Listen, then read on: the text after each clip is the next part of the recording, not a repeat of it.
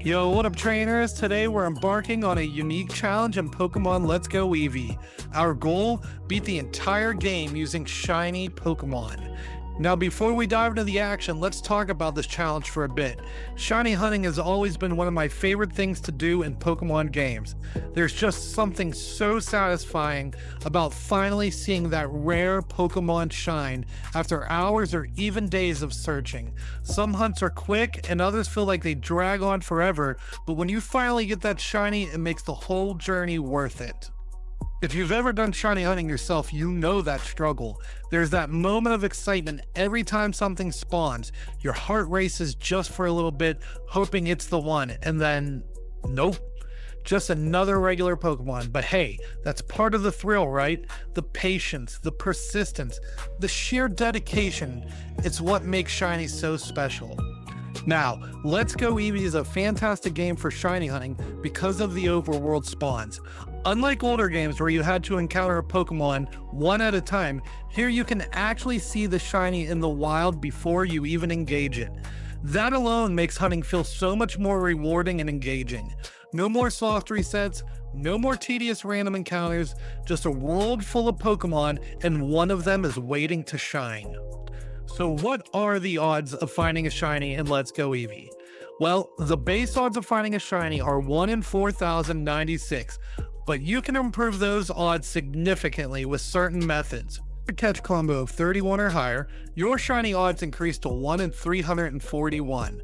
And if you have a lure active, it boosts those odds even further to 1 in 315. Now there is something called the shiny charm that boosts shiny odds even more, but unfortunately for us, you can only obtain that after completing the Pokedex. And since we're just starting this adventure, we're a long way from getting it. So for now, it's just about those catch combos and lures.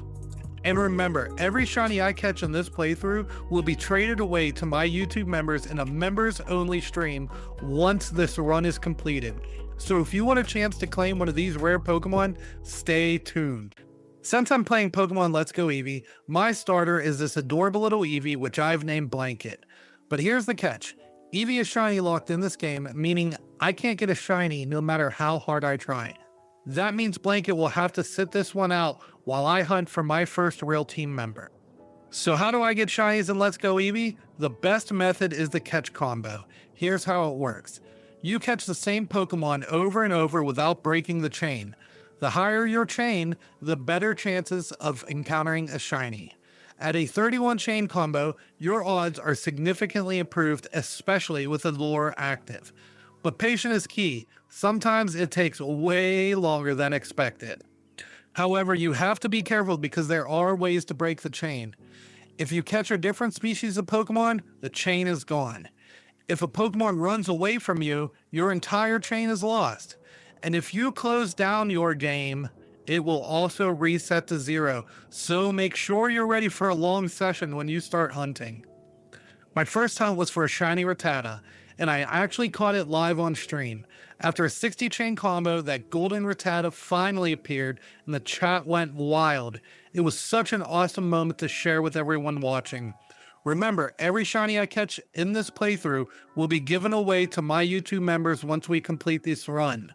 So this Rattata might end up being in one of your games. I let the chat name this Pokemon since I caught it on stream, and they chose Sweet Pea. And with that, Sweet Pea was the first official member of our team. Next, I decided to hunt for shiny Weedle, and this one was actually pretty rough. I caught 120 Weedles and still no luck, so I got bored and decided to switch things up and hunt for a Bulbasaur instead. I started chaining Bulbasaur, even getting up to about 28 caught, when suddenly, out of nowhere, a shiny Weedle appeared. I couldn't believe it. I wasn't even hunting Weedle at this point. But hey, a shiny is a shiny. Of course, I had to name it Hellblade after one of my amazing channel members. In this run, every shiny I catch will be named after one of my favorite channel members as a special thank you. When I reached the Pewter City Gym, I quickly realized I couldn't even enter without a grass or water type Pokemon. I didn't have either, so I had to go back and catch a random Bellsprout just to get inside. Before heading back, I also evolved Hellblade into a Kakuna and then finally into Beedrill. Mega Beedrill is one of my favorite Mega evolutions out there. When I finally got in, I realized I had accidentally over-leveled Sweet Pea thanks to all the experience gained from chain-catching Pokemon. Brock's gym ended up being way too easy, and I defeated him without any real struggle. From now on, I'll make sure my Pokemon are leveled appropriately to match each gym leader's ace Pokemon. After beating Brock, I made my way through Mount Moon without shiny hunting. Just not a big fan of anything in there, with the exception of Zubat, but I already kind of was planning on having a different flyer on my team, and I already had a poison type, so Zubat didn't really make sense. So I picked up my shiny hunting on Route 4, which I was hunting for a shiny Spearow. I actually came across a shiny Rattata in the middle of my chain, but since I didn't want to break my combo, I had to flee from it. Painful decision, but the hunt must go on. I finally decided to throw in the towel and move on. The hunt had gone on for way too long and I was getting bored, so I headed straight for the Cerulean Gym to take on Misty. Blade made quick work of her team, spamming Twin Needle like a beast. It was honestly almost too easy. With the Cascade badge in hand, we marched on to the Nugget Bridge, where Sweet Pea and Hellblade mowed down every trainer in sight. Even the Rocket Grunt didn't stand a chance. Afterward, we helped Bill transform back into a human. Seriously, Bill, what are you even trying to accomplish with this experiment? And he rewarded us with SS and tickets. With those in hand, we made our way through the underground tunnel and emerged on Route 6. And that's when things get interesting. We encountered a random wild Pidgey, caught it, and named it Arge. Continued our journey down Diglett's tunnel to find a ground-type Pokemon for the upcoming Electric Gym. After building a 10-catch combo, we found our prize, Zack, a shiny Diglett. Another shiny to add to the collection, and this one was going to be super useful against Lieutenant Surge. Next up was the SS Ann. We boarded the ship and faced off against Blue. Despite his usual arrogance, he was defeated with ease. Afterwards, we helped the captain recover from his seasickness, and in return, he taught Blanket how to cut down those pesky bushes blocking our paths.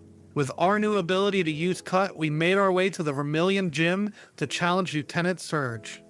I led off with Zack feeling confident, but I made a huge mistake. I forgot to heal him after battling the trainers in the gym. Zack managed to do some serious damage with Dig, but he was knocked out on the next move. Rookie mistake. I sent in Sweet Pea to handle his Magnemite.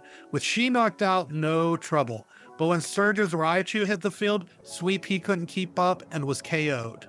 That left Hellblade as my last hope. Without hesitation, he launched into a brutal Twin Needle attack, and just like that, Lieutenant Surge was defeated. Another badge down, and more importantly, our shiny-only team was still going strong. And guys, that's how we're going to end this video. We've already got 3 gym badges, and in the next one, we'll be grabbing our next 2. So guys, stay tuned. Make sure you like, comment, and subscribe to the channel to keep an eye out for when the next video in this series goes live.